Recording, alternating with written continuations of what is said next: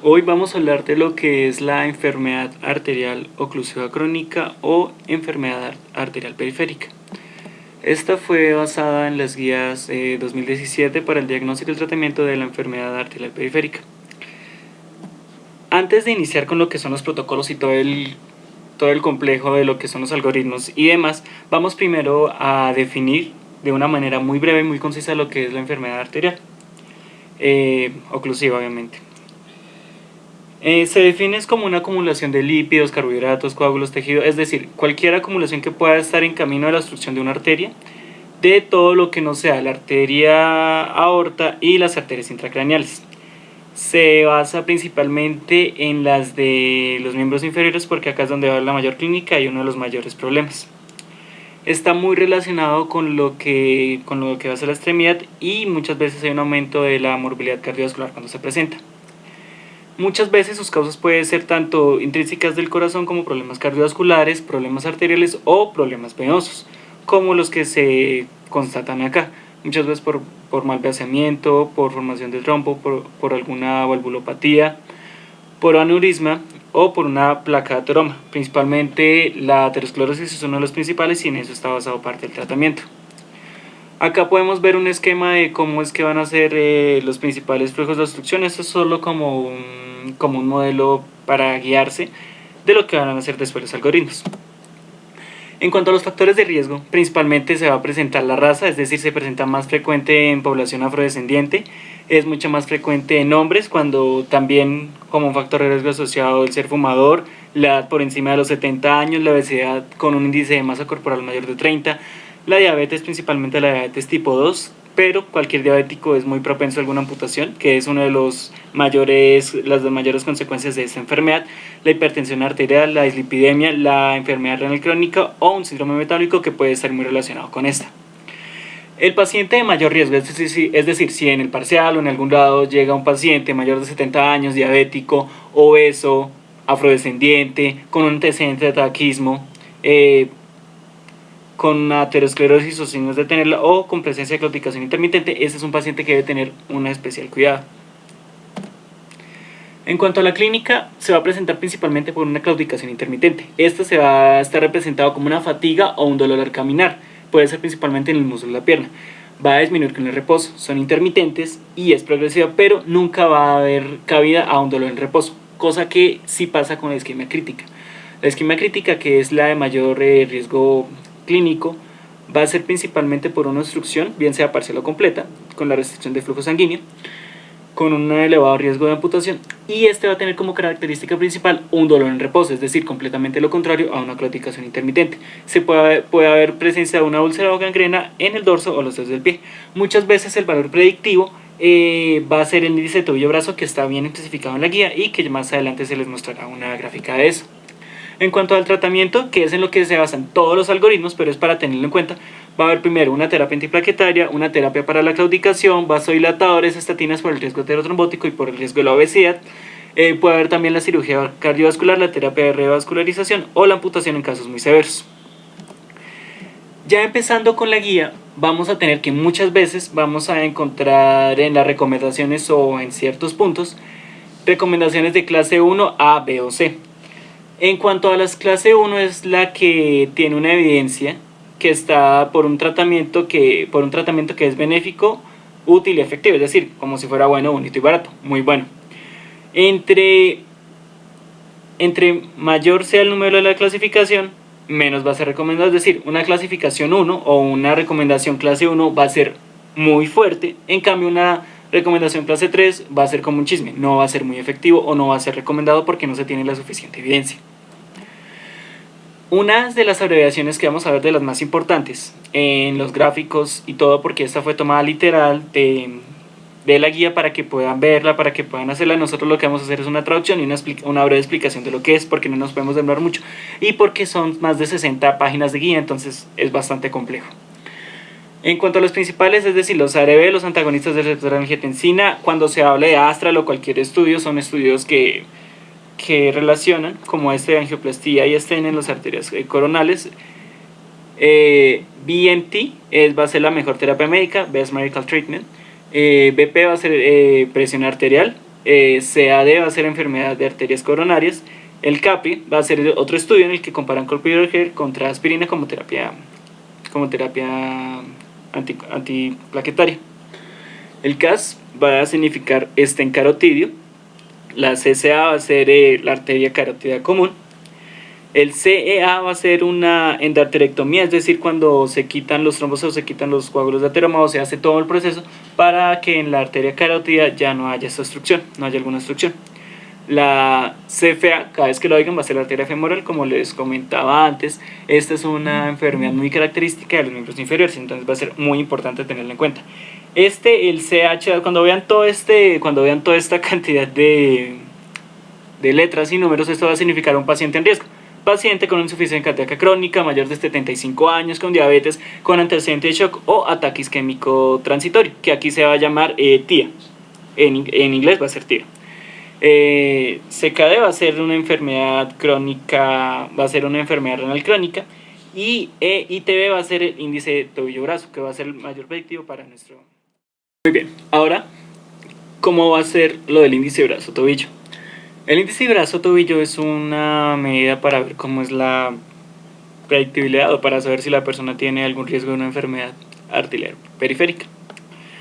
Esto es básicamente, se va a tener un Doppler, que es algo que va a medir la frecuencia y la intensidad del sonido de la arteria, y se va a hacer lo mismo en el brazo y en el tobillo, tanto con la arteria tibial anterior como con la arteria tibial posterior, y acá con la arteria braquial. Lo que se va a hacer es como si fuera una toma de la presión arterial normal. Se insufla hasta que se deje de oír. Luego se va liberando lentamente hasta que haya sonido. Una vez haya sonido, ese va a ser el valor que se va a tomar.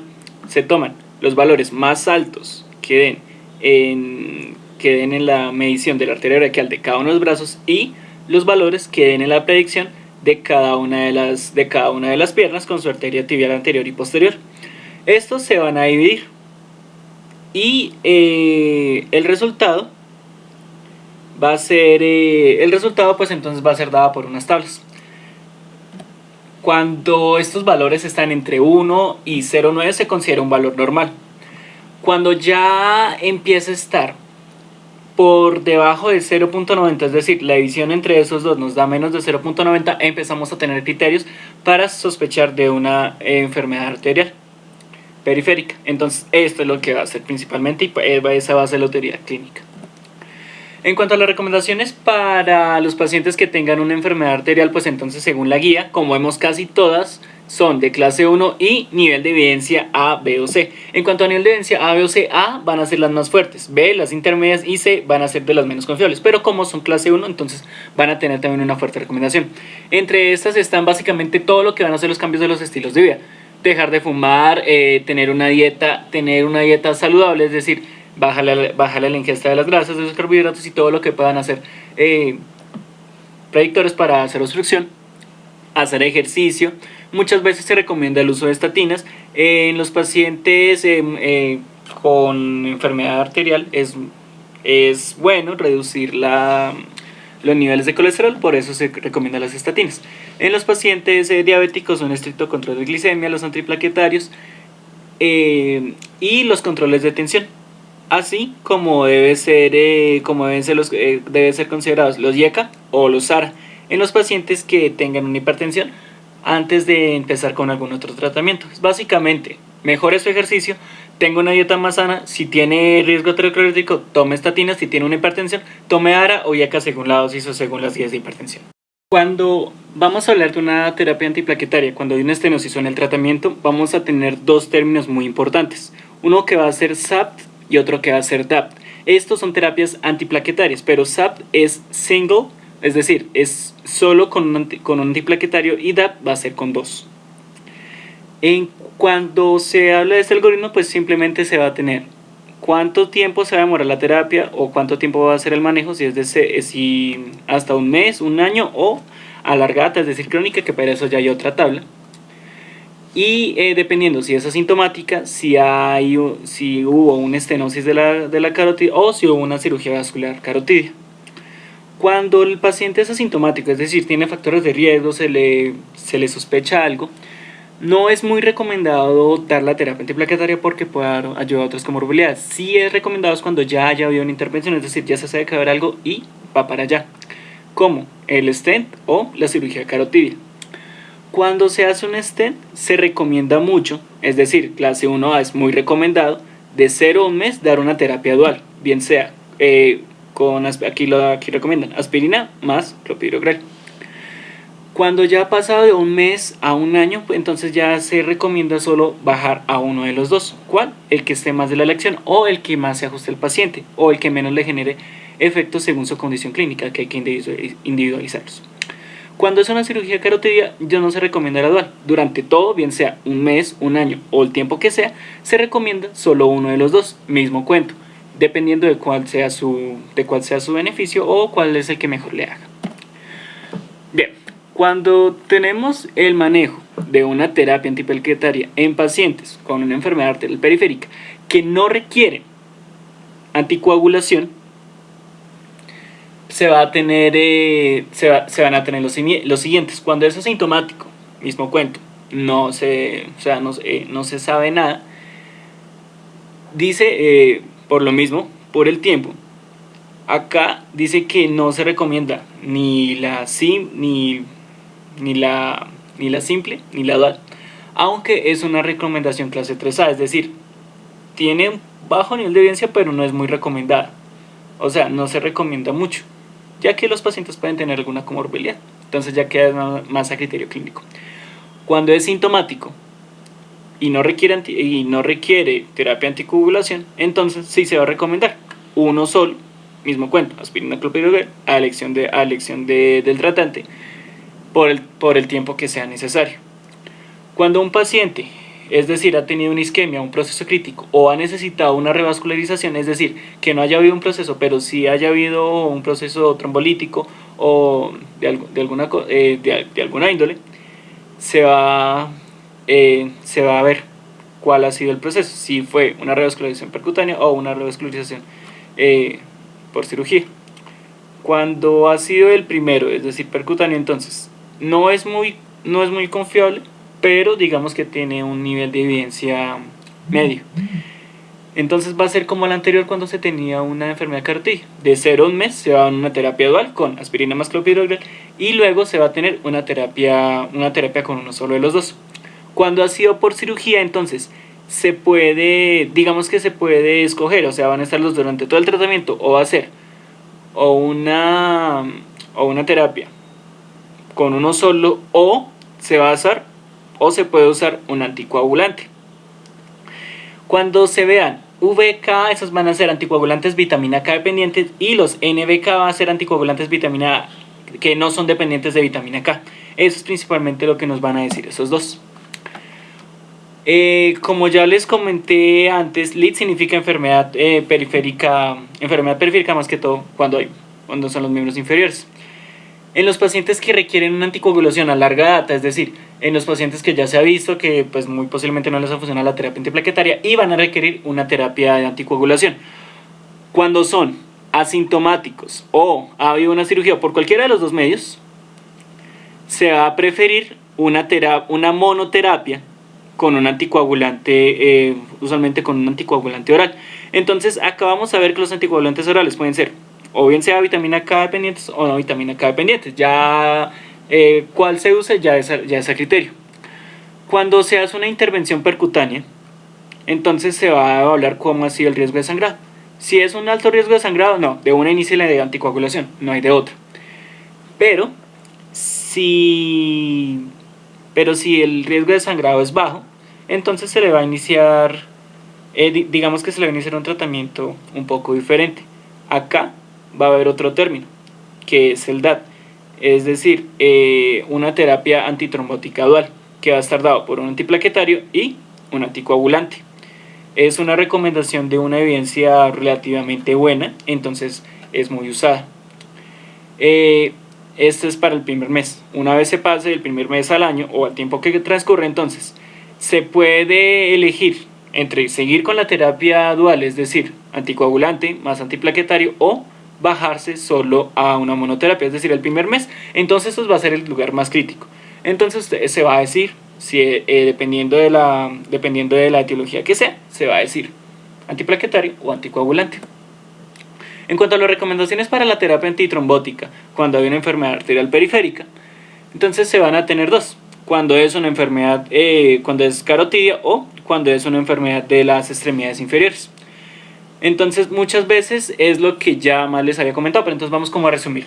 Cuando es una carotidia, entonces, ¿qué es lo que se va a ver? Si tiene estenosis, iniciarle con un solo antiplaquetario. Pero en el primer mes es mejor iniciarle con los dos: antiplaquetario, con antiplaquetario aspirina más clopidogrel, y de ahí para adelante. Y en los pacientes que son asintomáticos, pues solo se considera como inicio crónico si el riesgo de sangrado es bajo. Entonces, recordemos: enfermedad carotidia, un mes terapia dual y el resto con solo uno de antiplaquetarios, aspirina o clopidogrel. Cuando es una enfermedad de las extremidades inferiores, entonces muchas veces cuando los pacientes son sintomáticos se va a preferir solo uno, como si fuera una enfermedad carotidia de larga data, pero esta sí desde el inicio. Cuando hay un paciente que ha tenido una revascularización, entonces se va a permitir que la terapia antiplaquetaria dure por mucho más tiempo. Acá también nos recomiendan que la terapia única muchas veces es recomendado cuando hay una cirugía por un bypass o un puente intrainguinal, es decir, casi todos van a estar relacionados por un solo antiplaquetario cuando no van a tener un mayor riesgo de sangrado. En los pacientes que muchas veces requieren la terapia antiplaquetaria en los miembros inferiores, se va a preferir el clopidogrel sobre la aspirina. Y muchas veces los anticoagulantes que son antagonistas de la vitamina K pueden ser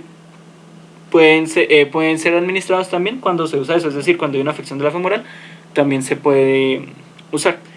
Ahora vamos a ver cuándo es que se van a usar las terapias dual de antiplaquetarios o la terapia dual antiplaquetario anticoagulante. Muchas veces se generan más que todo en el primer mes, cuando hay un stent, bien sea carotidio o en los miembros inferiores, o también cuando se ha hecho un bypass. Entonces bypass o stent muchas veces puede ser dada para esto. Entonces, dependiendo de la severidad del riesgo de sangrado, se va a elegir la terapia antitrombótica para los pacientes que tienen una enfermedad arterial periférica y que están requiriendo anticoagulación oral, es decir, cuándo se le va a adicionar una terapia antitrombótica a los pacientes que estén tomando un anticoagulante oral. Van a ser principalmente los pacientes que tengan riesgo de fibrilación auricular y que estén tomando un anticoagulante oral. Esta terapia se va a estar cuando los pacientes tengan esto que les comenté mayorados, es decir, el paciente que tenga todos los factores de riesgo, mayor de 75 años, con diabetes, con falla cardíaca, con hipertensión, con shock o con un ataque isquémico transitorio. Estos pacientes van a estar más recomendados que todos porque van a ser, digamos, que los que van a estar más jodidos a largo plazo. También debe ser considerado en todos los otros pacientes, pero a estos se les va a dar una prioridad excepcional. Otra recomendación es que cuando los pacientes tengan una indicación de un anticoagulante oral, usualmente es mejor que solo los anticoagulantes sean utilizados, no la terapia antitrombótica. También cuando se hace una terapia de revascularización, cuando hay una estenosis o cuando hay un proceso isquémico,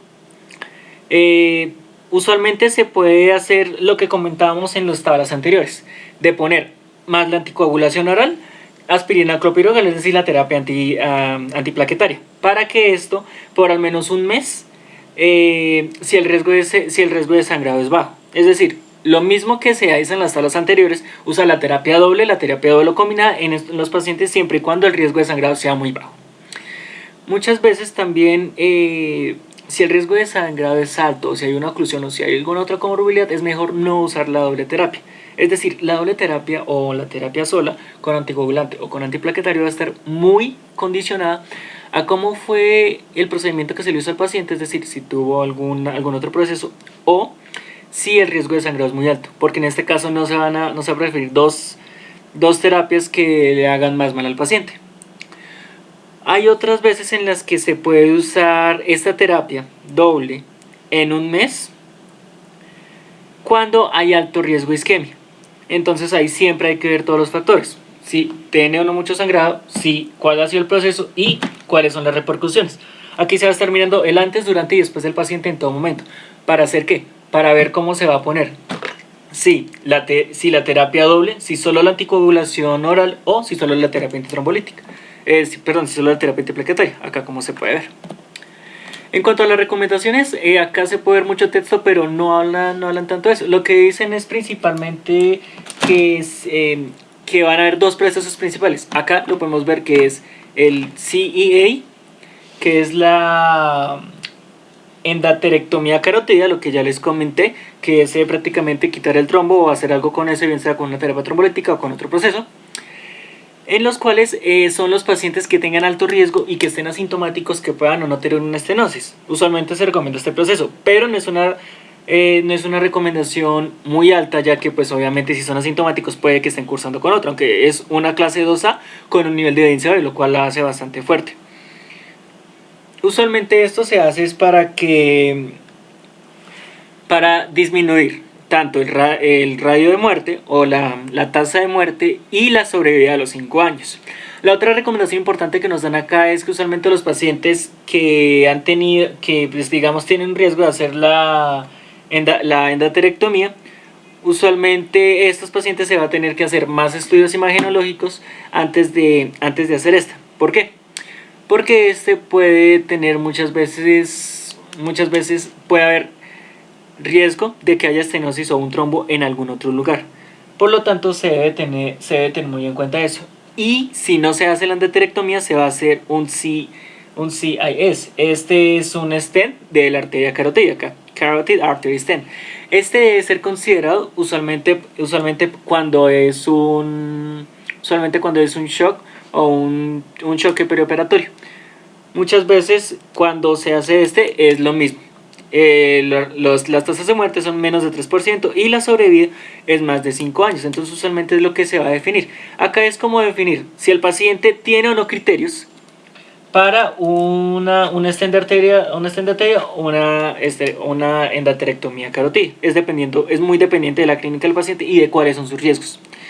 Esta, que es una recomendación que digamos tiene un nivel de una recomendación clase 2B con un nivel B de recomendación, es decir, no es tan buena como estas dos, pero también debe ser tenida en cuenta, es que muchas veces el promedio del riesgo de la cirugía en los pacientes usualmente está en unos rangos altos, es decir, los pacientes que ya tengan eso y vayan a ser llevados por operación siempre tienen un riesgo de tener una estenosis, un riesgo muy alto, por lo cual muchas veces tanto el stent como la endarterectomía pueden ser tratamientos para evitar la estenosis perioperatoria o para reducir sus efectos con el mismo tiempo, con una tasa de muerte de menor de 3% y una sobrevida mayor de los 5 años.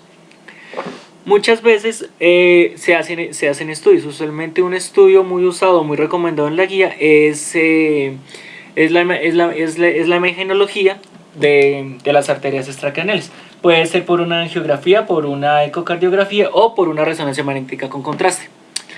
Muchas veces se recomienda usar el DUS. El DUS es un ultrasonido dúplex. Como primera línea de imagen, una tomografía axial computarizada o una angiografía por resonancia magnética. Esto es lo que significa. Este significa dúplex, este significa tomografía axial computarizada y este significa una angiografía por resonancia magnética con medio contraste. Usualmente estos tres van a ser los más recomendados, es decir, mire, tienen una evidencia clase 1 nivel B, es decir, es una asociación bastante fuerte. Muchas veces cuando el stent se está siendo considerado, es mejor que cualquier estudio de dúplex sea seguido de una resonancia o de una tomografía para evaluar si en verdad el stent sí va a servir, o sea, hay que hacer una endarterectomía, es decir, cuando se vaya a hacer un stent hay que tomar más precauciones para que no haya más complicaciones. Y usualmente cuando la endarterectomía es considerada, también se recomienda que estas sean corroboradas por las dos, porque muchas veces puede causar lo mismo, puede haber algún problema o volver a repetir el Doppler. porque son bastante, digamos que muchas veces un solo estudio no puede darnos toda la capacidad, entonces usualmente se recomienda hacer los tres, bien sea cual sea el de los dos que se vaya a escoger. Muy bien, ahora vamos a ver el algoritmo de lo que va a hacer cuando hay síntomas tanto de choque o de ataque isquémico transitorio, que eso significa el TIA en estas guías, que ha sido reciente, es decir, es menor de 6 meses. Se le va a preguntar al paciente, señor, usted ha tenido. Entonces, usualmente si dice no, dependiendo de qué es lo que diga, entonces se va a seguir la clínica muchas veces, o dependiendo de cuáles son sus antecedentes, si llega así con los signos y con la sintomatología o con factores de riesgo y uno sospecha, este señor me puede llegar a hacer algo. Entonces, cuando no ha tenido algún ataque, cuando el síntoma de shock o de ataque isquémico transitorio, se va a hacer una imagenología, o se va a tomar una imagenología por el duplex, es decir, el DUS, una resonancia o una TAC. Usualmente, cuando se detecta una estenosis carotídea del 60 al 99%, de los pacientes a los que se les detecta eso por una imagen y que no han tenido un antecedente en menos de 6 meses, tienen una expectativa de vida mayor de 5 años, como hablábamos anteriormente.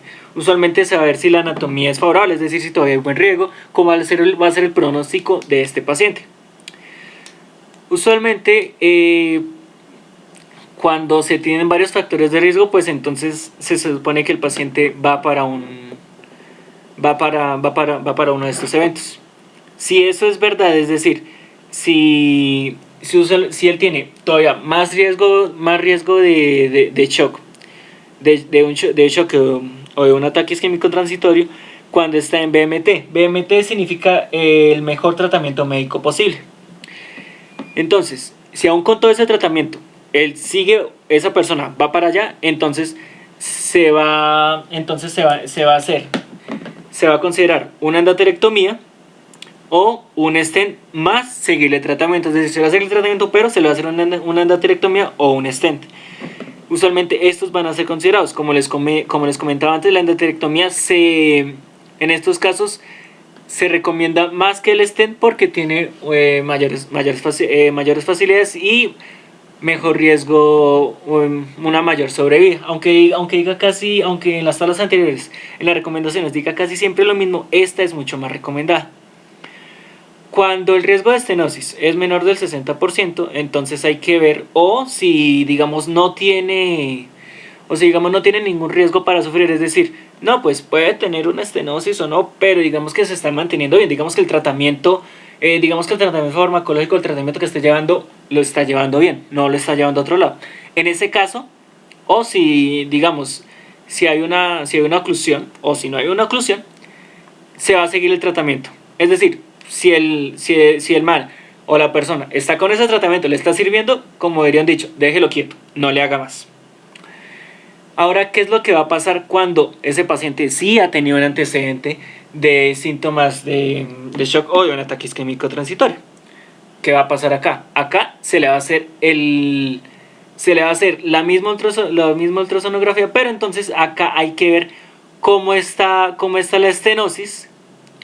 Y usualmente, lo siento, me equivoqué, este es el nivel de oclusión. Acá, como podemos ver, en estos lugares digamos que está de 60 a 99%, menor de 60%, pero acá ya nos empieza a preocupar un poco, porque si el nivel de estenosis, es decir, si el nivel de lo que está ocluido es bastante, y además de eso tiene un antecedente, ya hay que preocuparnos más, porque ese paciente se va a poner más grave que este. Digamos que lo que pasa en este caso, cuando ya hay una una oclusión relativamente, cuando el espacio, digamos, es relativamente, el espacio de oclusión, pues el espacio libre es relativamente intermedio. Si ese espacio está así, es decir, si hay una estenosis, se va a tomar lo mismo que acá, la endarterectomía sobre el stent, y debe usarse el mejor tratamiento médico posible. Usualmente, cuando la estenosis ya abarca una gran cantidad y tiene este antecedente, pues nos vamos a preocupar más. Usualmente la mejor recomendación es hacer una endarterectomía más el tratamiento, con los cuales los pacientes mejoran más. Si se decide hacer el stent, bien sea porque el paciente tiene riesgos o por alguna otra cosa, se deberá considerar si es de alto riesgo para una endarterectomía. O de otra cosa puede ser considerado, es decir, siempre se va a preferir la endarterectomía sobre el stent, más en estos pacientes, con una estenosis carotídea del 70 al 99%. Cuando hablamos de lo que es la enfermedad arterial oclusiva crónica, o la enfermedad arterial periférica, vamos a hablar de todas las que son las arterias extracraneales y arterias que no nos refiriéramos a la aorta. Entre estas también puede entrar cuando la arteria renal está afectada. Esta puede ser muchas veces puede ser desencadenante de una enfermedad renal crónica o de otras comorbilidades. Una falla renal a largo plazo puede dar un sinfín de comorbilidades. Entre estas, las situaciones clínicas que van a aumentar, digamos, la sospecha para que nosotros creamos que hay una enfermedad de la arteria renal va a ser cuando haya una hipertensión de la nada antes de los 30 años de edad. Es decir, vamos a tener que esta va a ser una depresión de la arteria. Entonces, el eje renina-angiotensina-aldosterona y todos los mecanismos van a hacer todo lo posible porque esta vuelva a estar activa. Muchas veces cuando hay un inicio de una hipertensión severa después de los 55 años, cuando esta está asociada tanto a una falla cardíaca como a una enfermedad renal crónica. Cuando hay una hipertensión, usualmente se refiere como con dolor abdominal o con palpitaciones abdominales. Cuando hay una persistencia rápida, cuando hay una rápida y un persistente empeoramiento de una hipertensión previamente controlada. Cuando hay una hipertensión refractaria, es decir, es secundaria y los medicamentos no le dan. Cuando hay una crisis hipertensiva, es decir, cuando hay una falla renal aguda, cuando hay una falla cardíaca aguda, cuando hay una encefalopatía hipertensiva o una retinopatía grado 3 o grado 4, es decir, la que se ve con hilos de plata o hilos de cobre. Cuando hay una azoemia o a una azoemia previa se empeora la función renal, aun cuando está en tratamiento con ARA o con IECA. También cuando hay un riñón atrófico que no se explica o una discrepancia entre los tamaños del riñón, es decir, el riñón se va a atrofiar. O cuando hay un edema pulmonar en tiempo récord, es decir, que sea demasiado rápido y no se explica por qué. Entonces, cuando hay una enfermedad de la arteria renal se puede estar representado por tres cosas principales. Cuando hay una hipertensión o cuando hay una hipertensión que es muy joven o a una edad que no es la esperada, y cuando esta no responde al tratamiento. Cuando hay una falla cardíaca de alguna diferente etiología también se puede pensar en esto, o en esta cuando hay un edema pulmonar de una manera muy abrupta. Muchas veces cuando se sospecha, ya se va a seguir al siguiente paso, que es las estrategias diagnósticas. ¿Listo? Muchas veces se va a hacer lo mismo. Digamos que vamos a tener la triada o la trinidad principal en estas. Entonces vamos a volver a recordar el DUS, que es el Doppler. La tomografía axial computadorizada o la resonancia magnética. El ultrasonido dúplex, la tomografía axial o la resonancia magnética.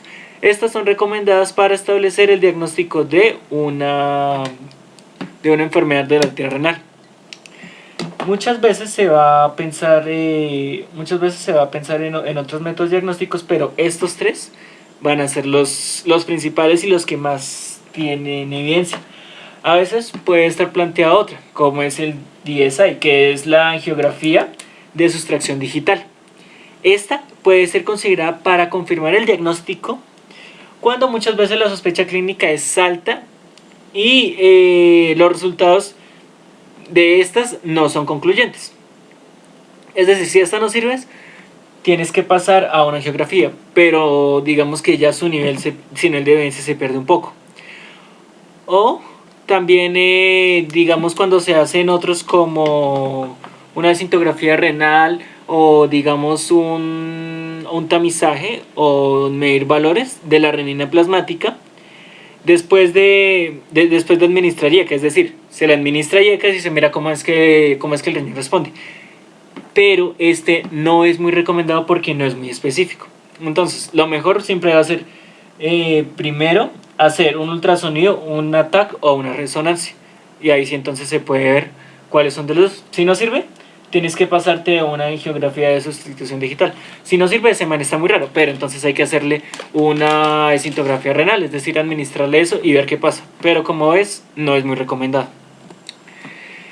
Cuando ya digamos, listo, ¿qué pasó? Ya tuve la sospecha, ya digamos lo diagnostiqué, ¿cómo lo voy a tratar? Digamos que los tratamientos usualmente van a ser lo mismo. Pues va a ser un IECA o un NARA que están recomendados para el tratamiento cuando es una enfermedad unilateral, es decir, antes no funcionaban con tratamiento, pero cuando estaban establecidos con uno o cuando se pasaban, entonces acá se debe ajustar la dosis, se debe seguir tratando con ensayo prueba-error a ver cuál es el que le sirve más. Muchas veces los bloqueadores de canales de calcio, los beta bloqueadores y los diuréticos, es decir, esos juntos, son recomendados para tratar la hipertensión que no remite con el tratamiento actual, lo cual hace sospechar. Vemos que son clasificaciones nivel 1. Su nivel de evidencia, digamos, acá no es tan alto, pero aún así sigue siendo un nivel de asociación fuerte. Muchas veces, cuando hay una enfermedad de la arteria renal bilateral y severa, se puede usar tanto IECA como ARA y, si hay el caso, una estenosis en un unirreno, si está bien tolerado. Es decir, si hay los dos, pues se puede, si ya es tan grande que puede que alguno de los riñones se haya perdido, como les comentaba antes, de que muchas veces el riñón no va a estar con un buen tamaño, que este puede haber disminuido, si está unirreno, o si hay una enfermedad de las dos, se puede ver entre los dos, pero está con un nivel de recomendación, digamos, intermedio. ¿Por qué? Porque si en estos funciona bien y solo una, entonces acá con dos pues va a ser mucho más difícil. ¿Listo? ¿Cuándo hablar de la revascularización? Usualmente la revascularización de rutina no es recomendada cuando esta es secundaria a una arteriosclerosis. Usualmente vemos que su nivel de evidencia es alta, pero su nivel de recomendación es bajo porque obviamente uno va a querer hacer el tratamiento. Muchas veces otra recomendación para la revascularización es cuando hay casos de hipertensión, tanto como signos de imparidad renal o que están relacionados a displasia arterial fibromuscular, una angioplastía sin estar, es decir, cuando se forma un aneurisma. Entonces pueden estar relacionados a hacer un criterio de revascularización. Cuando se hace una angioplastía con o sin stent, se debe considerar que estos pacientes usualmente van a desarrollar o no una falla cardíaca o un edema pulmonar. ¿Por qué? Porque muchas veces este tratamiento vemos que no tiene una recomendación tan alta y una evidencia su evidencia es más o menos baja. Entonces se puede explicar principalmente porque muchas veces cuando se hace este procedimiento, es decir, una angioplastía, no va a estar del todo, digamos que no va a ser del todo efectivo. Entonces puede seguir dando como puede seguir desencadenando uno de los factores que nos van a hacer sospechar. Por otro lado, esta última recomendación en la revascularización es que en el caso o cuando se indique una revascularización, se tiene que hacer una revascularización quirúrgica, pero esta debe ser considerada para los pacientes que tienen una compleja anatomía o tienen una variación anatómica de las arterias renales. Después de que un proceso endovascular haya fallado, es decir, esos pacientes que son, digámoslo, especiales, para no decir mutantes, que tienen que pues no van a tener una anatomía normal o que van a tener unos surcos anatómicos algo diferente. Entonces en eso se tiene que pensar 2 veces antes de seguir con el proceso de revascularización porque puede ser mucho más difícil. Bueno, aquí vamos a ver cuáles son los estados clínicos de la enfermedad arterial periférica. Sí, esta es como la guía. Da las clasificaciones que han estado a través del tiempo. Usualmente vamos a ver que hay dos clasificaciones, la clasificación Fontaine y la Rutherford. Vamos a iniciar primero con la Fontaine. Usualmente, este va a estar dividido en 4 estadios y el estadio 2 va a estar en un estadio A y un estadio B. ¿Cómo va a ser el estadio 1 o el estadio 0? Todos los estadios 1 o 0 van a ser asintomáticos. Cuando llega el estadio 2, este va a estar dividido en 2A y 2B. Cuando hablamos de 2A, va a ser una claudicación intermitente que no es deshabilitante. Y la 2B va a ser una claudicación intermitente que sí es deshabilitante. Entonces, 2, claudicación no deshabilitante, deshabilitante. La 3 es un dolor isquémico en reposo, es decir, cuando ya está en isquemia, cuando ya el paciente está más grave. Y la 4 es cuando ya era una úlcera gangrena, es decir, cuando ese paciente ya está en la mala. Hablando de la Rutherford, este va a estar dividido en grados y en categoría. Un grado 0 con categoría 0 pues va a ser un paciente asintomático. Un grado 1 va a estar dividido en categorías 1 y 2. Entonces, un grado 1 va a ser cuando hay una claudicación media y el grado 2 va a ser cuando hay una claudicación moderada. También hay un grado 3, que es una claudicación severa. El grado 2 va a ser, o la categoría 4 va a ser un dolor isquémico en reposo. Cuando se habla de grado 3, vamos a hablar de la categoría 5 o 6. Entonces, en la categoría 5 va a haber una menor pérdida de tejido, o en la 6 va a haber una mayor pérdida de tejido, es decir, una gangrena. Usualmente, pues muchos prefieren utilizar la Fontaine, les hallo la razón por lo que es una, digamos, más fácil para clasificar. Pero pues, por si llegan a preguntar, cualquiera son los dos van a empezar. Asintomático, entonces, claudicación puede ser no deshabilitante, entonces, o mediana, moderada, severa, dolor isquémico en reposo, o cuando haya una ulceración, gangrena relacionada con menor o mayor pérdida de los tejidos. Entonces ustedes simplemente van a ir viendo. En la claudicación ya como tal, el algoritmo de manejo de esta claudicación es: primero, cuando el paciente tenga claudicación, como hablábamos al principio, dolor, las molestias, pero recuerden, nunca o casi nunca va a llegar a ser un dolor en reposo. Va a ser progresivo, sí, pero una claudicación no se caracteriza por un dolor en reposo. Muy bien, cuando se evidencia una claudicación, pues entonces lo primero que se va a hacer es ver cuáles son los factores de riesgo y pues la medicación que está tomando. Sí, para la nueva medicación usualmente hay que hacer control de los factores de riesgo. Fumar, la hipertensión, la obesidad, la diabetes, todos estos hay que controlarlos. Usualmente se da terapia antiplaquetaria y se le pide al paciente que baje su ingesta de lípidos y también se le recomiendan las estatinas. También se inicia con una terapia de ejercicio para que pues mejore sus hábitos de vida. Muchas veces cuando la claudicación, usualmente después de que haga el ejercicio, van a haber dos eventos: que la claudicación siga afectando su vida diaria aún después con la terapia de ejercicio, o que la claudicación no la afecte. Cuando la claudicación no la afecta, es decir, va normal, hace su ejercicio, todo bien, todo normal, simplemente se sigue con el ejercicio, se dan terapias preventivas y terapia farmacéutica normal. Los que hablábamos al principio, dependiendo de cómo sea, pero entonces se le va a dar su terapia antiplaquetaria. ¿Qué es lo que va a pasar cuando esto no sea? Es decir, cuando la claudicación sigue siendo un problema para el paciente. Usualmente se van a caracterizar dos estadios. Si la condición general del paciente da para que se haga un tratamiento invasivo. Si no se puede hacer el tratamiento invasivo, se va a seguir normal, completamente normal con el tratamiento. Pero si se le puede hacer un tratamiento invasivo, es decir, una terapia endovenosa, una terapia híbrida o alguna otra terapia, entonces se le va a hacer. Lo que va a hacer es ver cuál de las arterias de los miembros inferiores es la que está afectada. En estas vamos a tener, digamos, 3 tipos de caracterización de lesiones: las lesiones aortoilíacas, las lesiones popliteofemorales y las lesiones del crural.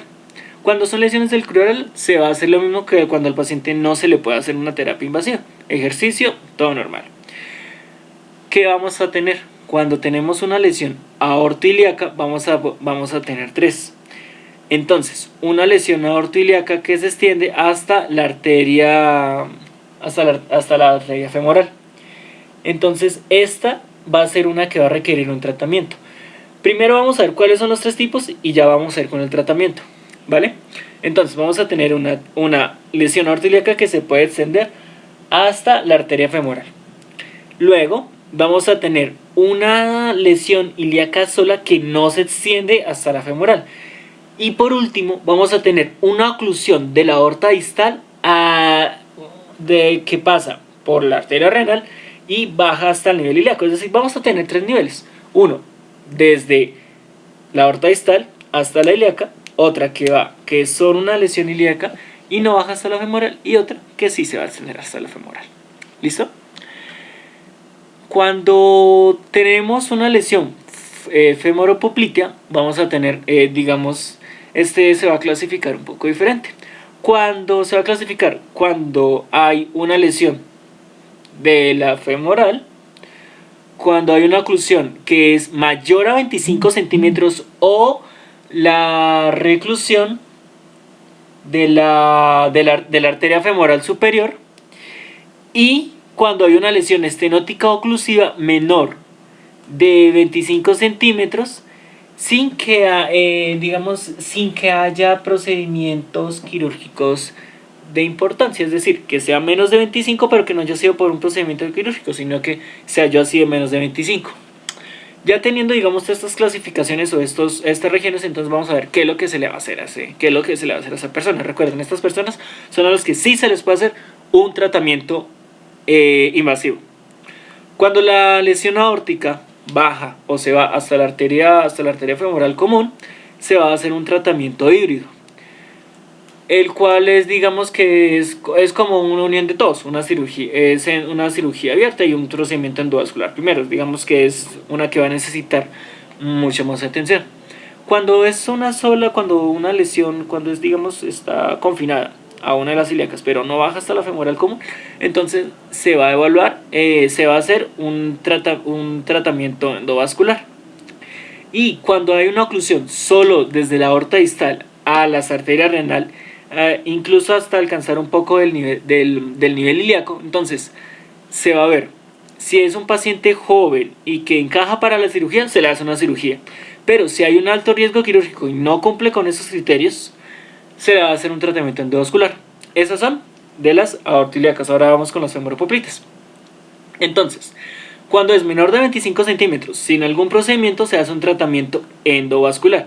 Cuando es mayor de 25 centímetros, es decir, estas van a estar más relacionadas con lo que pueda ser o una reclusión de la femoral superior, entonces va a haber si hay, digamos, un riesgo operado de operación o no se puede acceder bien, se hace un tratamiento endovascular. Eso no hay de otra. Si va a haber un riesgo si no haber operación, si no haber tanto riesgo de operación y se puede hacer el procedimiento, entonces se va a hacer la cirugía. Y si la región, si hay una lesión de la arteria femoral común, entonces se va a hacer una terapia híbrida. En este caso usualmente está asociado también a que se haga un stent. Acá un stent es a femoropoplitea. ¿Listo? Entonces eso es más que todo lo que vamos a tener con lo que va a ser la cuestión de la claudicación. Cuando hablamos de las recomendaciones para el manejo de la claudicación intermitente, nos vamos a basar en dos puntos principales, que van a ser ejercicio y revascularización. Principalmente va a ser el ejercicio. Y también antes de eso se recomienda con una asociación muy fuerte el uso de estatinas. Esto es para que el paciente pueda aumentar la distancia que camina antes de que empiece a presentar molestias o incluso que estas pues no estén tan presentes. Cuando se dé el ejercicio, obviamente este tiene que ser supervisado para ver cómo es la evolución del paciente. Muchas veces cuando se supervisa el tratamiento y todo el ejercicio se puede modificar, el paciente puede que su cuadro no progrese tanto. Cuando no se puede supervisar, muchas veces se le dice hágalo a su manera o hágalo como usted crea. Esta es una asociación alta, pero no tiene mucho nivel de evidencia. Muchas veces, si se hace este ejercicio y aún así sigue comprometida la funcionalidad del paciente, las actividades diarias se ven entorpecidas por dolor o las molestias, hay que reconsiderar la revascularización. Y si ya cuando las actividades de la vida diaria se ven completamente comprometidas, es decir, ya está bastante mal, entonces ahí sí se debe considerar revascularización o se debe hacer la revascularización más terapia de ejercicio. En cuanto a las recomendaciones para la revascularización femoropoplitea, es decir, las que vimos antes, que eran si estaba entre menor de 25, mayor de 25 o si estaban solo en la femoral común, van a haber ciertas recomendaciones, casi todas tienen un buen nivel de evidencia, por lo cual es más que todo, primero, vamos a estar basados en lo que va a ser la terapia endovascular, la cirugía abierta o las otras terapias, la terapia híbrida. Muchas veces al principio una endovascular es recomendada si la lesión es menor de 25 centímetros. O a veces también el estena, que es más que todo es lo que habíamos hablado antes. Cuando se recomienda la endovascular, cuando se recomienda el stent, un stent primario o los balones angiográficos, es decir, estos son balones que antes de que se coloque el stent van a dilatar más el espacio de la arteria y entonces que así pueda pasar un mayor flujo de sangre. Cuando las lesiones obviamente son menores de 25 centímetros. Muchas veces en los pacientes que no tienen un alto riesgo para la cirugía o una cirugía de bypass, que recuerden, bypass significa puente, es decir, que se hace una conexión de un lugar a otro por medio de una vena accesoria. Cuando sobrepasa los 25 centímetros, se recomienda más esta cirugía de bypass, por lo que esta ya es mucho más severa, entonces hay que hacer un tratamiento mucho más invasivo y más agresivo. Y de resto es más que todo lo que les había comentado antes, es ver si tiene menos de 25 centímetros y si es apto o no para la cirugía, si se hace revascularización, si se hace tratamiento endovascular o si se hace una cirugía abierta y si se hace el stent o se hace un bypass. Bien, en cuanto a la clasificación para la amputación, porque muchas veces estos pacientes cuando ya están muy mal, recordemos las clasificaciones, cuando estén en grado 3 o el otro en grado 5, ya van a estar bastante mal. Y habrá que considerar si se le amputa o no. Para esta está la clasificación Wi-Fi. Yo le digo Wi-Fi porque así uno se acuerda del internet y se acuerda más fácil. Esta va a estar relacionada por 3 factores. W, que va a ser wound, es decir, herida, y de ischemia, es decir, isquemia, y FI, que va a ser food infection o infección del pie. En cuanto al puntaje que pueden tener, estas van de 0 a 3. Mientras más puntaje tenga, más se hace creador de que ese miembro pueda ser amputado.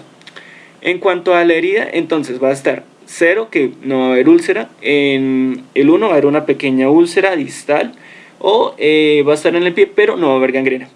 La 2 va a ser una úlcera más profunda, que es donde ya se puede ver el hueso, la unión, los tendones y eso. Y en la 3 va a ser una úlcera profunda y extendida, donde se va a ver absolutamente todo, donde va a estar, puede haber afección, puede haber una afección calcánea o una gangrena extensiva. Entonces este ya es de bastante gravedad. En cuanto a la isquemia, va a estar relacionado por 3 factores. Recuerden, el índice brazo-tobillo y lo que les comentaba antes, muchas veces la presión del tobillo o la presión del pie. En cuanto a esto, básicamente son los valores anteriores, pero si vemos acá, aunque nos digan más de 100, menos de 60, de 70, 90, podemos sacarlo muy fácilmente solo viendo el índice brazo-tobillo, lo que les comentaba antes.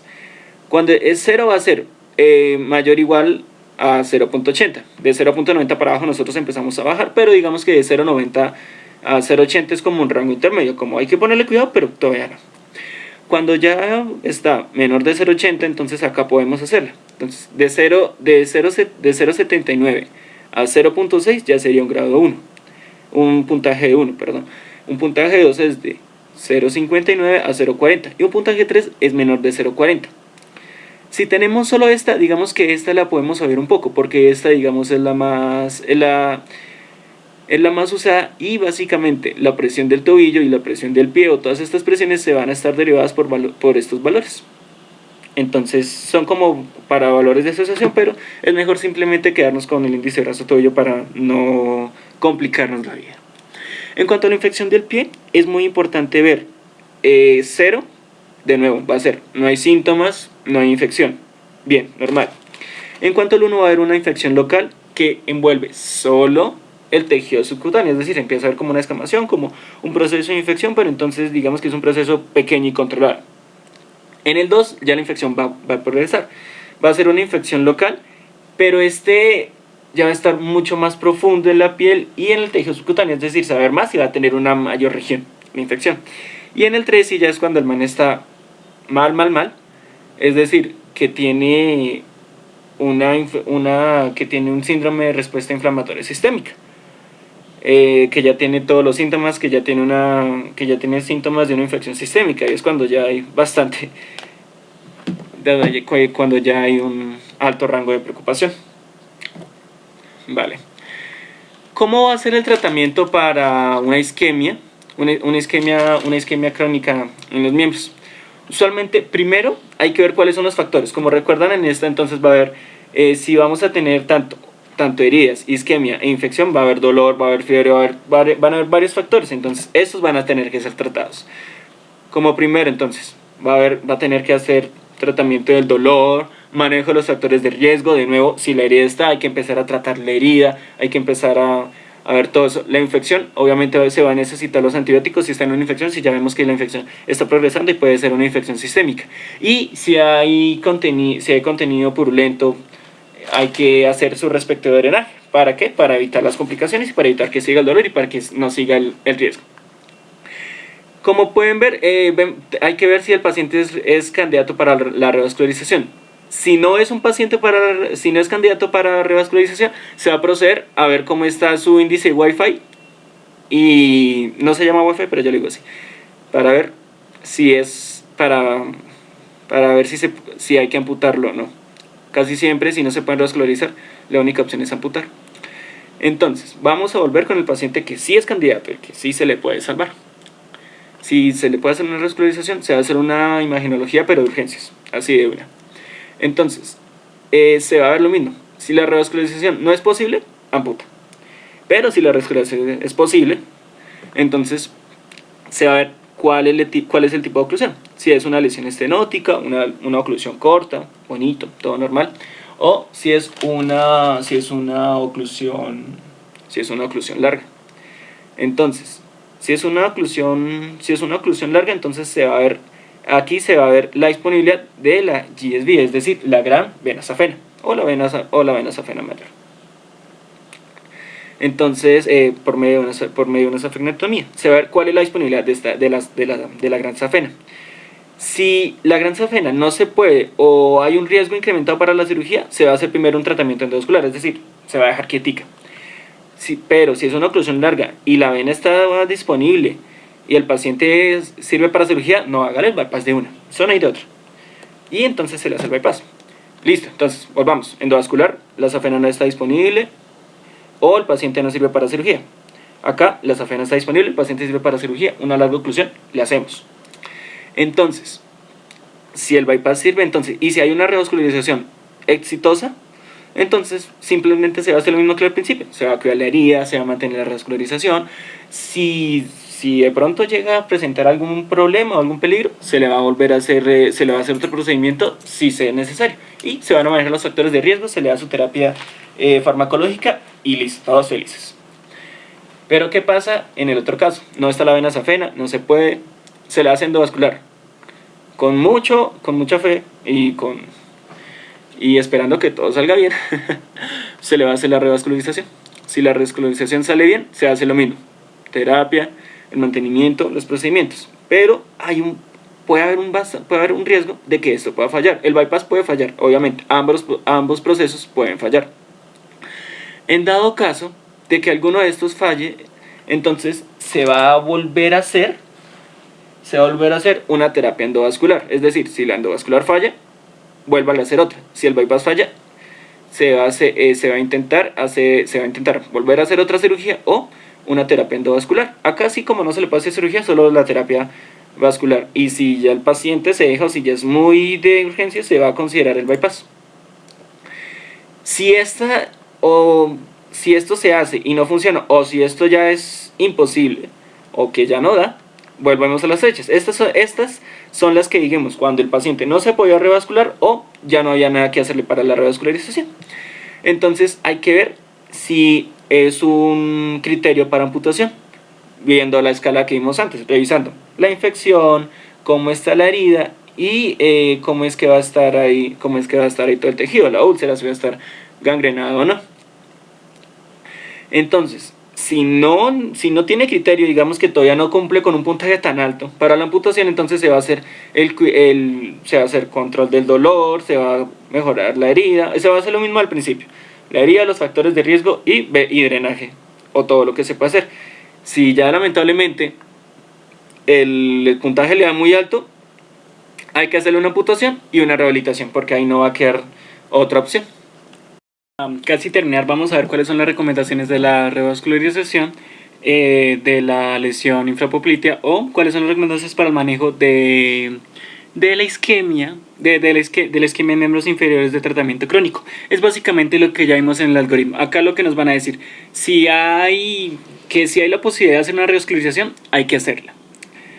Muchas veces, si no es posible o si se puede hacer otra opción, si digamos el paciente es un paciente joven o si tiene la posibilidad, pues se le va a hacer un bypass usando la gran vena safena. Y también la terapia endovascular debe ser considerada cuando los pacientes no se les puede hacer un bypass. Estas son básicamente las recomendaciones para el manejo crónico de la isquemia en los miembros inferiores, en los cuales casi todos dicen lo que ya habíamos visto. Cuando tienen infección, muchas veces hay que abogar siempre por intentar salvar el miembro. Si no se puede salvar, pues entonces hay que ver cuáles son las consideraciones del paciente, si se le puede hacer o no el bypass, si se le puede hacer o no los otros términos, y si no, entonces hay que evaluar el riesgo de amputación, ya que se va a buscar ahí lo mejor para el paciente, y en este caso pues va a ser la amputación. Muchas veces se tiene que estar viendo entre esas tres, si se le va a hacer una revascularización, una terapia endovascular, o un bypass o una amputación. Antes de ir con nuestro último tema, que es la isquemia aguda de los miembros inferiores, vamos a hablar de lo que es la clasificación clínica y las recomendaciones para el manejo. Acá vamos a hacer lo contrario.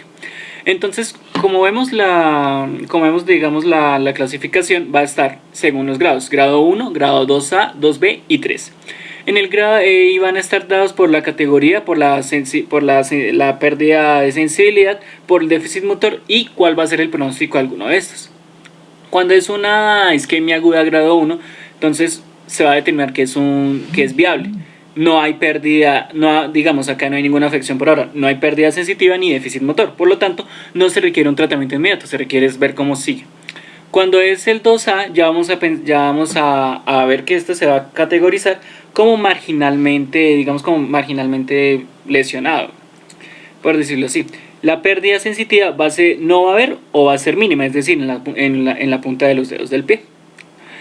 El déficit motor todavía no hay. Esta es salvable si se actúa prontamente. La 2B esa tiene que ser una que tiene que ser inmediatamente tratada. La pérdida sensitiva va a estar más que en los pies y aquí ya empieza a haber déficit motor, es decir, va a ser de mediano a moderado. Usualmente lo mismo, si se revasculariza pronto, pues se puede ser salvado. Y el 3 pues ya va a ser el de peor pronóstico, va a ser irreversible. Es decir, la pérdida de sensibilidad va a ser profunda, puede haber anestesia y el déficit motor puede estar dado por una parálisis profunda, es decir, va a estar completamente rígido. El pronóstico va a ser variable. Si hay una pérdida de tejido ya considerable y pues puede haber un daño permanente, puede haber un daño nervioso permanente. Entonces digamos estos son como los grados. El grado 1 viable, el grado 2 que debe ser tratado más o menos rápido, el grado 3 el grado 2B que tiene que ser tratado más rápido, el grado 3 que ya es irreversible. Ahí ya solo se mira qué es lo que medio se puede salvar. En cuanto a en el manejo de estos pacientes, muchas veces se va a estar determinado si hay o no un déficit neurológico. Si hay un déficit neurológico, córrale con ese paciente. Ese paciente necesita una revascularización urgente. Ya si no hay un déficit neurológico, pues entonces se puede ir como con un poco más con calma. Se tiene que ir rápido, pero ya un poco con calmito. Si hay una ausencia de déficit neurológico, pues entonces se va a indicar la revascularización más o menos en un periodo más o menos aceptable, como de unas horas. Y siempre en estos pacientes, tanto la heparina como la terapia analgésica va a ser indicado. La terapia anticoagulante como la analgesia va a ser lo mejor indicado. Entonces, como podemos ver, es una recomendación clase 1 con nivel de evidencia C. Es una fuerte recomendación, no tiene tanto nivel de evidencia, pero aún así se acepta. Este es nuestro último algoritmo. Acá vamos a ver cuál es la isquemia aguda de los miembros. Entonces, ya como les había comentado un poco en las recomendaciones y la clasificación. Primero se va a hacer anticoagulación y manejo del dolor. Entonces se va a ver cuáles son según las clasificaciones. Si es viable, o sea, es decir, la clasificación 1. Si es viable con déficit neurológico, es decir, la clasificación 2A y 2B, cuando tiene que ser manejado más o menos rápido, cuando tiene que ser manejado muy rápido. Y la 3, cuando ya es irreversible. Cuando es viable, es decir, cuando es una clasificación 1, entonces se va a iniciar el trabajo principal. Primero se le hace la imagenología. Entonces, de nuevo, las tres imágenes principales, y se va a hacer terapia de revascularización. En las siguientes horas se puede hacer una trombolisis o un bypass, una trombectomía. Ese va a ser para cuando tengamos, pues cuando esté viable y no haya déficit neurológico. Entonces recuerden, se le va a hacer ultrasonido, se le va a hacer un ATAC y se le va a hacer una angiografía de sustracción digital, ¿vale? Luego, cuando es viable, pero ya hay déficit neurológico, es decir, 2A y 2B, entonces se requiere una revascularización urgente. Acá no vamos a esperar las imágenes porque eso se puede demorar, no, eso toca de una. Si ya empieza a tener sensibilidad, pues importante. Y entonces se va a ver si hay una lesión vascular de base. Entonces, si hay una lesión vascular de base, es decir, si está presente, se va a hacer una terapia endovascular o una cirugía abierta, siempre y cuando el paciente se le pueda hacerla. Si está ausente, es decir, si no hay una lesión vascular de base o hay algo que, digamos, si no se sabe qué están haciendo, entonces, pero no tiene tanta relevancia, pues entonces, después de eso, y tanto después de la cirugía y todo, se va a seguir un tratamiento médico, como los que vimos antes, bien sea mono, doble o anticoagulación oral, o todas estas. Recuerden que en el primer mes lo más importante a las dobles, y luego si se sigue a una, se va a dar una terapia médica y un seguimiento. Lo mismo cuando se amputa, es decir, cuando ya es irreversible, ya chao miembro, y se le va a hacer una terapia médica. En cuanto a las recomendaciones, ya es, digamos, la última recomendación que da la guía, que es cuando los pacientes, aparte de tener su problema arterial periférico, y pues aparte de eso tiene problemas cardíacos, pues entonces se van a dar ciertas recomendaciones. ¿Qué va a hacer? Cuando hay una enfermedad arterial periférica y falla cardíaca, entonces se va a hacer, digamos, todo el tamizaje del paciente, saber cuáles son sus factores de riesgo, qué está tomando, qué no está tomando, qué se le puede hacer acá, qué se le puede hacer allá, para y ver si digamos, si está en falla cardíaca, pues entonces en todos los pacientes se va a considerar un trasplante cardíaco o una implantación de un dispositivo de ayuda, con marcapasos o cualquier otro. Esta es una recomendación, es de esta parte va a ser la recomendación más fuerte. Muchas veces cuando los pacientes tienen una enfermedad y si pues obviamente se le va a hacer el tamizaje por la falla cardíaca con una ecocardiografía transtorácica, que eso significa TTA, se le va a medir, digamos, se va a medir cómo está la función del corazón para ver cómo debe ser considerado. Básicamente todos estos se van a ver. Listo, el paciente tiene una enfermedad arterial, una enfermedad arterial periférica.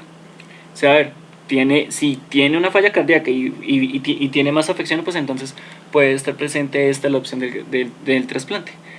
Ahora, ¿qué pasa si tiene LID o una enfermedad arterial de los miembros inferiores? Entonces, Esta se tiene que sospechar en casi todo paciente que tenga una falla cardíaca, porque es muy probable que la pueda tener, más si tiene más de 75 años y tiene todos los factores de riesgo que hablamos al principio. También se tiene que ver cómo es que va a estar la arteria renal, si puede estar o no, si puede estar o no afectada. Entonces muchas veces en los pacientes ¿qué va a pasar? Uy, listo, ya tenemos falla cardíaca. Ahora, ¿qué va a pasar cuando los pacientes tengan una fibrilación auricular? ¿Qué significa atrial fibrillation? Entonces, cuando hay una enfermedad arterial periférica y una fibrilación auricular, entonces los pacientes que tengan, de nuevo, en los miembros inferiores, se les va a administrar más que todo, se les va a administrar anticoagulación oral, que es más recomendado en los pacientes, todo esto, digamos, que son todos los que tengan los factores de riesgo. Siempre que van esto en las guías o que les digan algo en la enfermedad arterial periférica, siempre que van estos son el paciente que va a estar en la mala. Mayor de 75, diabetes, fallo, una IT, cualquiera de estas. Siempre que oigan un puntaje mayor o igual a 2, es que ellos, digamos, lo dividen en dos. Cuando tengo una falla cardíaca congestiva, una hipertensión y más de 75 años, eso le da 2 puntos. Cuando tenga diabetes, haya tenido antecedente de una ACV, de un shock o de un ataque isquémico transitorio, eso le da otros 2 puntos. Entonces, digamos, un paciente con falla cardíaca y diabetes, listo, ya salió. Un paciente con hipertensión y diabetes, ya salió. Un paciente que tenga más de 75 con diabetes, también se salió. Entonces, más que ver cuál sea la falla cardíaca y si tiene alguna falla metabólica o endocrinológica. También deben ser considerados todos los otros pacientes, claro, si tienen esto, pero principalmente ellos. Y muchas veces cuando hay una enfermedad valvular, entonces se tiene que hacer más que todo, se tiene que hacer un tamizaje para ver si hay una posible enfermedad arterial, tanto de los miembros inferiores como de los miembros superiores. Y muchas veces esto está indicado en todos los pacientes, sobre todo los que tienen una válvula artificial o una implantación de válvula por medio de catéter, los cuales es muy probable que puedan hacer esto. Como ellos también van a estar anticoagulados, pues entonces se puede de todos modos tener ahí el tamizaje y eso. Bueno, eso sería todo lo de enfermedad arterial periférica. Pues bueno, espero que haya servido. Digamos, el resumen, es un resumen así a grosso modo de las guías. Pues obviamente faltaron algunas cosas, pero quisimos dar lo que era más importante. Como para hacer un resumen general, simplemente hay que tener en cuenta que casi siempre, cuando se está tratando de una isquemia, si se está dando, digamos, en un periodo asintomático, o si hay los primeros síntomas, en el primer mes, absolutamente de casi todas, se va a dar una terapia doble. Doble, dígase, de terapia antiplaquetaria, anticoagulación oral o 2 antiplaquetarios. Eso siempre hay que tenerlo presente. En el primer mes se le da doble. Es muy raro el que se le da uno. Entonces mejor tenerlo por si llegan a preguntar. A casi todos el primer mes se le da doble. Del primer mes hacia adelante ya se le empieza a dar una sola monoterapia. Siempre se van a hacer los 3 estudios principales, que cuáles son. Se va a hacer un ultrasonido duplex, se va a hacer una angiografía por resonancia, se va a hacer un TAC y en ciertos casos se va a dar una angiografía de sustracción digital. Usualmente uno se queda con el TAC, con la angiografía y con el ultrasonido para hacer el tamizaje. Siempre hay que ver el riesgo de amputación de los pacientes, cómo es que está, lo que les comentaba antes. Y otra cosa muy importante es que si llegan a preguntar tratamiento, digamos, de alguno de estos, la endarterectomía carotidia siempre va a estar por encima del stent. ¿Listo? Siempre se va a preferir una endarterectomía que un stent. Siempre se va a preferir un bypass que una terapia endovascular. Siempre se va a preferir una terapia de revascularización que una terapia endovascular y que una terapia híbrida. Entonces, los primeros que van a ganar siempre van a ser endarterectomía, bypass o una revascularización. Es muy importante tenerlo en cuenta y tener en cuenta si el miembro es salvable, si no es salvable. Si ya empieza a haber algún riesgo de úlceras, si eso está muy infectado, si no se puede salvar, se va a tener la consideración de la amputación por medio de las tablas que vemos, la Wi-Fi y la otra. Y bueno, eso sería todo. Muchas gracias y hasta la próxima.